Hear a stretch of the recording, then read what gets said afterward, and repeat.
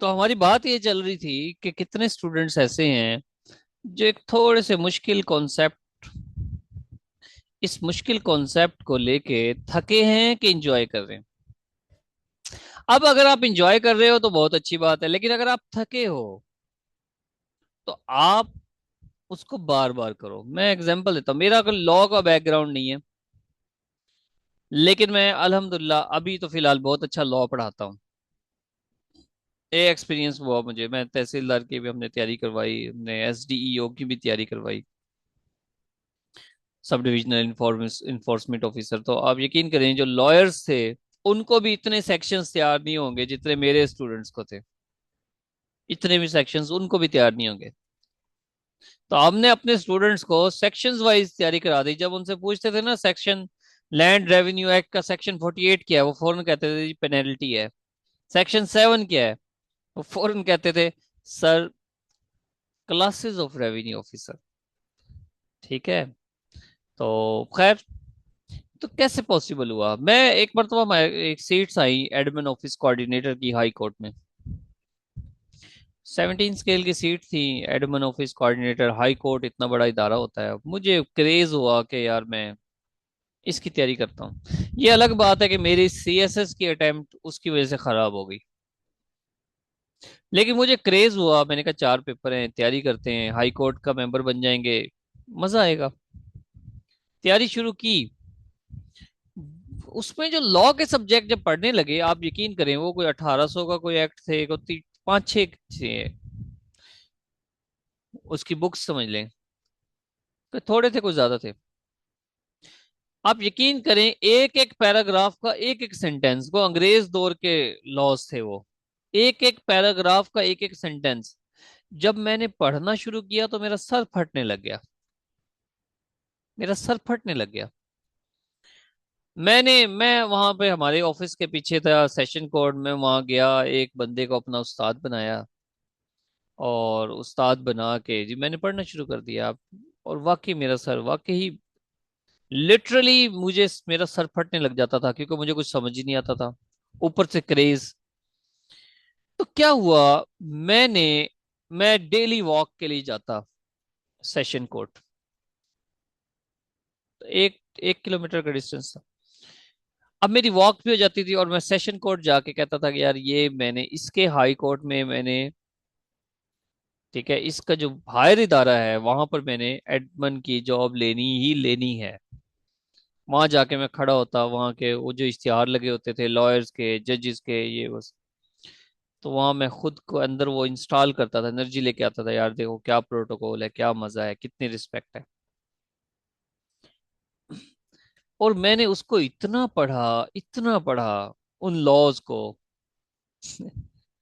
कि जब पेपर होने वाला था ना, पेपर, हम लॉ का पेपर था, मैं एग्जामिनेशन हॉल से बाहर खड़ा हूँ और मैं बोल रहा हूँ कि यार ये टॉपिक इस तरह, ये ऐसे, ये वैसे, इसको ऐसे, ये इंपॉर्टेंट है, ये अनइम्पोर्टेंट है, इसको ऐसे करना है। तो जब मैं पेपर दे के बाहर आया हूँ ना, मतलब वो स्माइल तो एक अलग होती है ना, फातिहाना।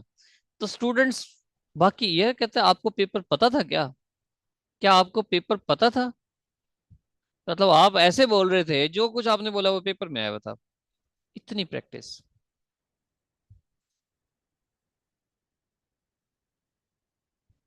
ठीक है। ये फिर कभी डिस्कस करेंगे अक्सा। अक्सा नहीं है, लाइबा है, सॉरी। तो आप उसको प्रैक्टिस करें जी, बार बार। मैंने इतने शॉर्ट नोट्स बनाए, इतनी चीजें, इतना लिखा उसको, इतने अंडरलाइन कर करके। खैर, एक कहानी थी, आपको बता दी है। आगे चलते हैं जी। अब हमने एक नाउन क्लॉज को देखना है। बहुत ही खूबसूरत कॉन्सेप्ट है, बहुत ही खूबसूरत। तो उससे पहले क्लॉज को समझते हैं। ग्रुप ऑफ वर्ड है having a subject and predicate, जिसमें एक सब्जेक्ट होता है, एक प्रेडिकेट होता है। मिसाल के तौर पे ही इज टेकिंग लेक्चर, ये एक, ध्यान से समझना, ये एक सेंटेंस भी है, एक क्लॉज भी है। इसको एक क्लॉज भी कहते हैं, इसको सेंटेंस भी कहते हैं। Ali would like to go with me, Ali मेरे साथ जाना चाहता है। None student was interesting in study, ये सारा एक क्लॉज है, ये क्लॉज है। अब एक सेंटेंस तो सेंटेंस होता है। अब उसमें क्लॉजेस डिफरेंट हो सकती हैं, ज्यादा क्लॉज हो सकती हैं। ठीक है। जिसमें एक सब्जेक्ट भी हो और एक प्रिडिकेट भी हो, याद रखिएगा। अब हम देखेंगे, अब इसमें एक सब्जेक्ट है, एक प्रिडिकेट है, एक सब्जेक्ट है, एक प्रिडिकेट है, एक सब्जेक्ट है, एक प्रिडिकेट है। इसका मतलब ये एक क्लॉज है, एक क्लॉज है और एक कंप्लीट सेंटेंस है। अब देखें, अब हम क्या करते हैं, हम कहते हैं क्लॉज दो तरह की होती हैं भाई। Ali is a good boy who treats others well. अब अगर मैं सिर्फ ये वाला हिस्सा सेपरेट कर दूं, ये वाला हिस्सा अलग कर दूं, अलग यहां पे निकाल के ले आऊं, तो क्या आपको समझ आएगा? हु ट्रीट्स अदर्स वेल को आपको समझ ही नहीं आएगा। इसका मतलब ये एक डिपेंडेंट क्लॉज है। हम क्लॉज वाला टॉपिक डिटेल से पढ़ेंगे कंजंक्शन में, ठीक है, कंजंक्शन। तो ये एक अलग बात है। तो Ali is a good boy, ये एक आपको पूरा कॉन्सेप्ट देती है कि जी अली गुड बॉय है, एक सब्जेक्ट है, इसको कहते हैं। यानी कि ये इसको सेपरेट निकालने फिर भी समझ आएगा, क्योंकि अली की हमें समझ है। अली एक गुड बॉय है, ये एक डिपेंडेंट क्लॉज है। हु ट्रीट्स अदर्स वेल, ये एक डिपेंडेंट क्लॉज है। तो एक डिपेंडेंट क्लॉज होती है, एक इंडिपेंडेंट क्लॉज होती है। अगर आप चाहो तो दो इंडिपेंडेंट क्लॉज को भी आपस में मिला सकते हो। उसको कहते हैं कोऑर्डिनेटिंग कंजंक्शन के साथ मिलती है, फैन बॉयज के साथ, एंड के साथ, और के साथ, फॉर के साथ। जब, अब ये बातें इधर करवाने की नहीं है, वैसे आपको बोल रहा हूं। जब दो इंडिपेंडेंट क्लॉजेस जुड़े, कोऑर्डिनेटिंग कंजंक्शन के साथ जुड़े, तो हम कहते हैं ये कंपाउंड सेंटेंस है। जब एक इंडिपेंडेंट क्लॉज जुड़े और एक डिपेंडेंट क्लॉज जुड़े, तब हम कहते हैं ये कॉम्प्लेक्स सेंटेंस है। अब हमने क्लॉज का कॉन्सेप्ट ले लिया। क्लॉज में एक प्रेडिकेट होता है, एक सब्जेक्ट होता है, तो उसको क्लॉज कहते हैं। अब हमने कॉन्सेप्ट लेना है नाउन क्लॉज का। नाउन क्लॉज ये हमारा आज का आखिरी टॉपिक है। नाउन क्लॉज ये सब्जेक्ट बन सकती है तो ऑब्जेक्ट भी बन सकती है। ये किस तरह से बनती है? इसके दो स्ट्रक्चर हैं जी, एक तो ये सिंपल सेंटेंस का है, एक है कॉम्प्लेक्स सेंटेंस का। एक सिंपल किस तरह है? जब हम सिंपल बनाते हैं तो एक डब्ल्यू एच वर्ड होता है, व्हाट, व्हाई, व्हेन, कुछ भी। उसके साथ आता है मेन वर्ब, फिर आता है अदर एलिमेंट्स। ये सारे एक क्लॉज मिलकर एक क्लॉज बना रहे हैं, एक क्लॉज बना रहे हैं, सेंटेंस नहीं, क्लॉज। इसको नाउन क्लॉज कहेंगे ठीक है। डब्ल्यू एच वर्ड को एनसीडब्ल्यू भी कहते हैं, यानी कि नाउन क्लॉज वर्ड भी कहते हैं, नाउन क्लॉज वर्ड, क्योंकि डब्ल्यू एच वर्ड असल में अब नाउन क्लॉज वर्ड बन गया है, क्योंकि उसने नाउन क्लॉज को रिप्रेजेंट करना है। दूसरा क्या है? एक डब्ल्यू एच वर्ड है, दूसरा नाउन प्रोनाउन आ गया, वर्ब भी आ गया और अदर एलिमेंट भी आ गया। क्या फर्क है दोनों में? एक है, आगे हम ये सेम फार्मूला दोबारा पढ़ेंगे और एग्जाम्पल भी लेंगे, ठीक है। सेम फार्मूला दोबारा पढ़ेंगे और साथ एग्जाम्पल भी लेंगे।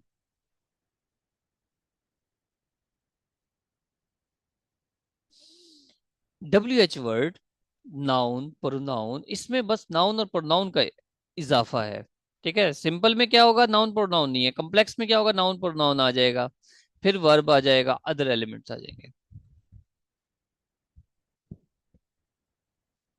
अब ये जो डब्ल्यू एच वर्ड है, ये किस तरह के हैं, ये कितने हैं? देखें जरा, मजा आएगा। हु पढ़ा है, होम पढ़ा है, which, what, when, where, how, that, whose, whether, if, why, ये तो पढ़े। हु के साथ हु एवर, हुसोएवर, होमसोएवर।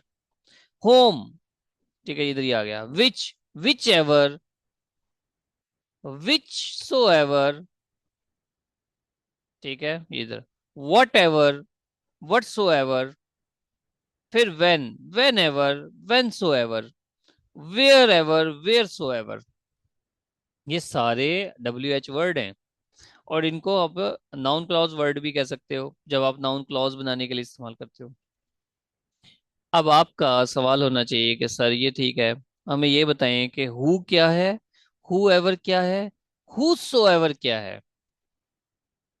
जब आप कहते हो हु का मतलब है जो बंदा, जो कुछ शख्स, कोई भी बात कर रहे हैं। हु एवर, हु एवर ध्यान से मतलब समझ लेना, बाकियों का मतलब इसके साथ रिलेट कर लेना। हु एवर, जो कोई भी बंदा, एक सामने है, मतलब 10 बंदे हैं आपके सामने, तो आप कहोगे हु एवर वर्क हार्डर। ठीक है, आप हु का इस्तेमाल करोगे तो who work hard, who works hard, who works hard जो कि मेहनत ज्यादा करता है, हु वर्क्स हार्ड मेहनत करता है, qualifies for the CSS exam. अब ये तो हो गया जनरल बात। जब आपके सामने 10 बंदे बैठे हैं तो आप क्या कहते हो, हु एवर वर्क्स हार्डर, जो ज्यादा मेहनत करेगा आप 10 बंदों में, विल क्वालिफाई CSS एग्जामिनेशन। 10 बंदों की बात। अब अगर 10 की बात से अलहदा बात करें, सबकी, पूरी दुनिया के इंसानों की, पूरे पाकिस्तानियों की बात करें, हु सो एवर, कोई भी हो, दुनिया में कोई भी हो, पाकिस्तान में कोई भी हो, तो जब आप इस तरह से बात करते हो हु सो एवर की बात करेंगे। और जब आपने इसको ऑब्जेक्टिव फॉर्म के तौर पे लेना है तो होम सो एवर की बात करोगे। आगे चलते हैं जी, देखें, who qualifies for the paper will be allocated, who qualifies for the paper, general truth, general बात कर दी। अब इसको आगे चलें, who ever qualifies for the paper will be allocated. Urdu में कमोबेश मतलब सेम होंगे, who ever qualifies for the paper will be allocated. इसका मतलब है आपके सामने 10 बंदे बैठे हैं, आप क्लास को समझा रहे हो, मेरे मेरे पास यहाँ पे स्टूडेंट्स हैं, मैं समझा रहा हूं, तो हम क्या कहेंगे, who ever qualifies for the paper. अब जनरल, इसको थोड़ा सा जनरलाइज कर दें, पूरे पाकिस्तानियों की बात कर दें, who so ever qualifies for the paper, भाई कोई भी क्वालिफाई करेगा विल बी एलोकेटेड, सिंपल है। समझ आ रही है कि ऊपर से जा रही है?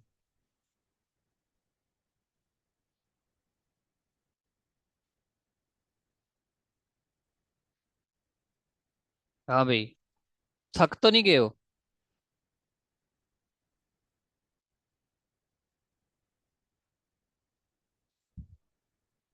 आ रही है, चलो, हम भी बस वाइंड अप की तरफ जाएंगे अभी।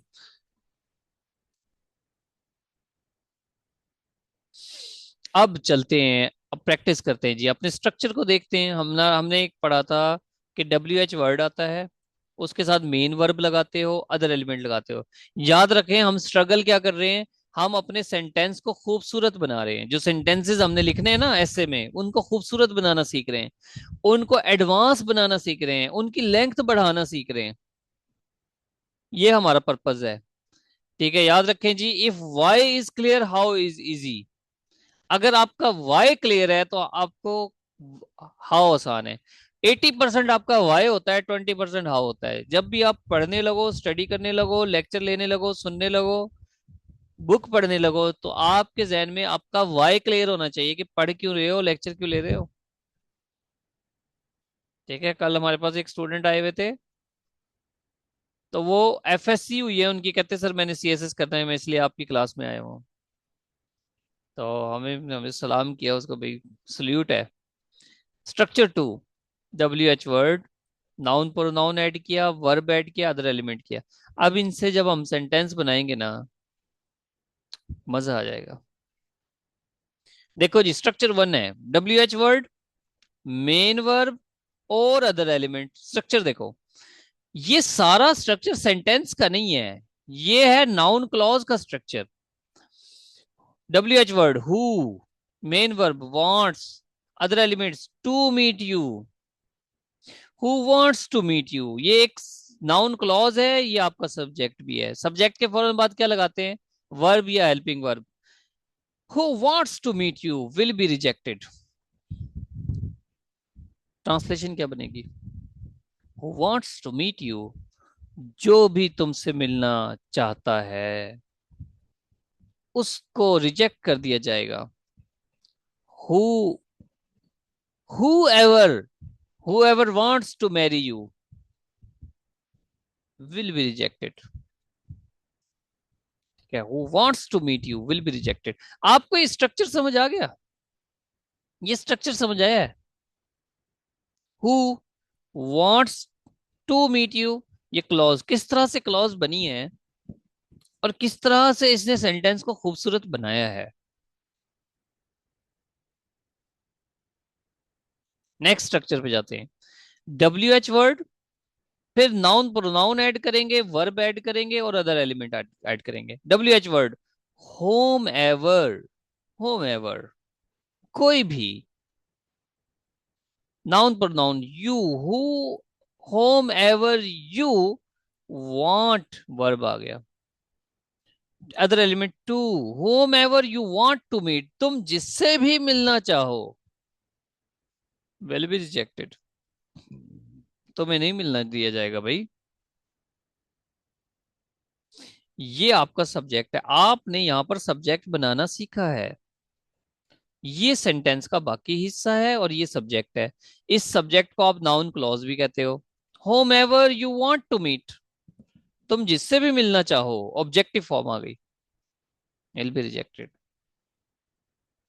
चलें जी, whoever gives the competitive examination, whoever gives the competitive examination a serious thought, whoever. हाँ जी, कौन सा स्ट्रक्चर है, वन या two? Whoever gives the competitive examination a serious thought, 1 या 2?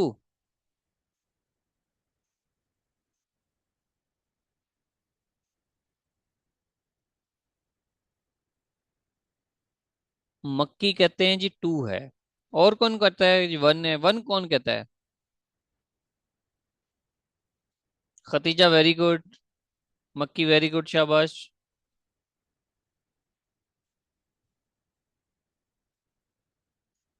और कौन कहता है 2?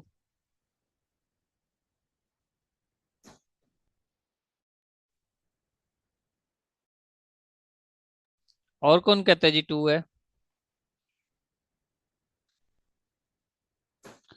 Mohammad Suleman very good.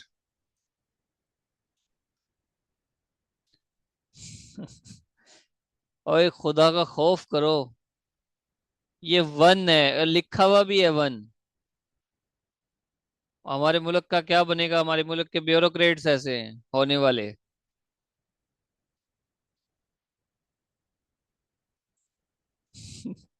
देखो, इसमें क्या है, WH वर्ड, उसके फौरन बाद वर्ब है। जब फौरन बाद वर्ब हो जाए तो सेंटेंस, ये स्ट्रक्चर बनेगा 1। अच्छा, उसमें जो 2 वाला है उसमें अंदर नाउन प्रोनाउन भी ऐड है, यहाँ पर देखो हाईलाइट किया हुआ नाउन प्रोनाउन को, और स्ट्रक्चर बन जाता है 2। Who ever gives the competitive examination a serious thought qualifies for it eventually, आखिरकार कामयाब हो जाता है। विच एवर होटल, कोई भी होटल हो, WH वर्ड, फिर नाउन, ठीक है, whichever hotel, you is noun, pick verb आ गया, other element for dinner is fine with me, whichever hotel you pick for dinner is fine with me, ये तो ठीक है। ये बताएं जी क्या है, where your father is my question, कौन सा स्ट्रक्चर है, 1 है 2 है?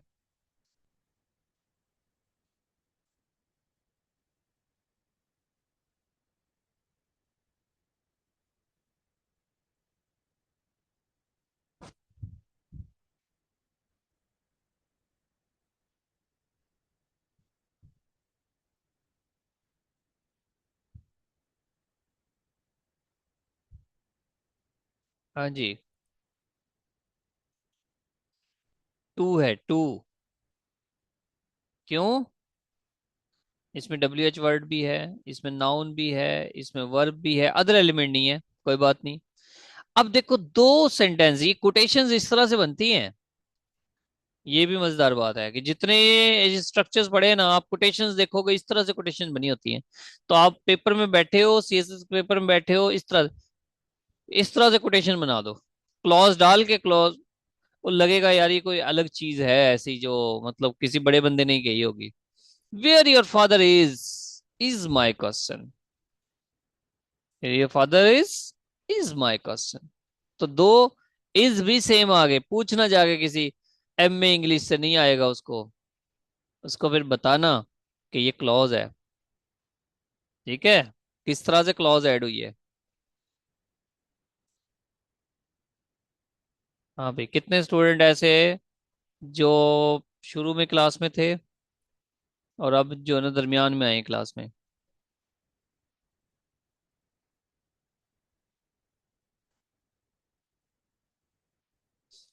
चलें जी, एट द एंड ये बस हमने दोबारा से मैंने बताना होता है कि हमारा 3 मंथ का सेशन है जो कि 31st को नहीं, यकम से स्टार्ट हो रहा है। तो 3 अगस्त से, 3 अगस्त मंडे से। तो इसमें हम पब्लिक सर्विस कमीशन की तमाम तैयारी तैयारी करवाते हैं, 10 सब्जेक्ट कवर करवाते हैं। और इन डिटेल तमाम सब्जेक्ट को, जिस तरह भी इंग्लिश पढ़ रहे हैं इसी तरह तमाम सब्जेक्ट को कवर कराते हैं। आप में से किसी स्टूडेंट का कोई क्वेश्चन है? आप में से जिन स्टूडेंट्स ने कंप्लीट क्लास ली है तो आप क्लास को दोबारा से मतलब कमेंट करना है आपने, ठीक है? अपने रिव्यूज देने हैं, ग्रुप में दे दें या फिर मुझे पर्सनली मैसेज कर दें। जिस तरह ये मेरा कांटेक्ट भी है, मैं ग्रुप में भी मैसेज करता हूँ। तो मुझे पर्सनली आपने रिव्यूज देने हैं कि आपको कैसा फील हुआ, कैसा आपने क्या मतलब सीखा या एंजॉय किया, जैसे भी। ठीक है। अच्छा, अक्सा कहती हैं कि रिपीट कर दें, मैं रिपीट करता हूँ, 1 मिनट।